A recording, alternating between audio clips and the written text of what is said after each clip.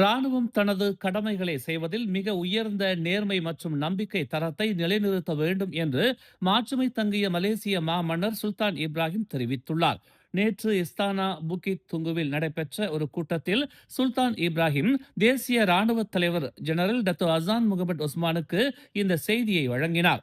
சுத்தமான, வெளிப்படையான மற்றும் பொறுப்புணர்வுள்ள நிர்வாகத்தை ஊக்குவிப்பதில் ராணுவ தலைவர் முன் மாதிரியாக இருக்க வேண்டும் என்று அவர் அறிவுறுத்தினார். நாட்டின் இறையாண்மை மற்றும் பாதுகாப்பை பாதுகாக்கும் அதே வேளையில் ஊழல் நடைமுறைகளில் இருந்து விடுபட்ட ஒரு தொழில்முறை சக்தியாக ராணுவம் தொடர்ந்து பொதுமக்களின் மரியாதையையும் நம்பிக்கையையும் பெறும் என்றும் அவர் நம்பிக்கை தெரிவித்தார்.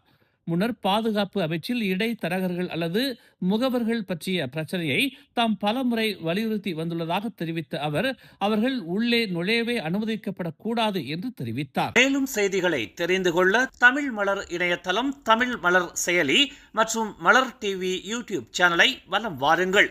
எங்களோடு இணைந்திருக்க மலர் டிவியை பதிவு செய்து கொள்ளுங்கள். உறவுகள் மகிழ்ந்திட விருப்பம் மற்றும் பகிர்வு சேவையை சொடுக்கிடுங்கள்.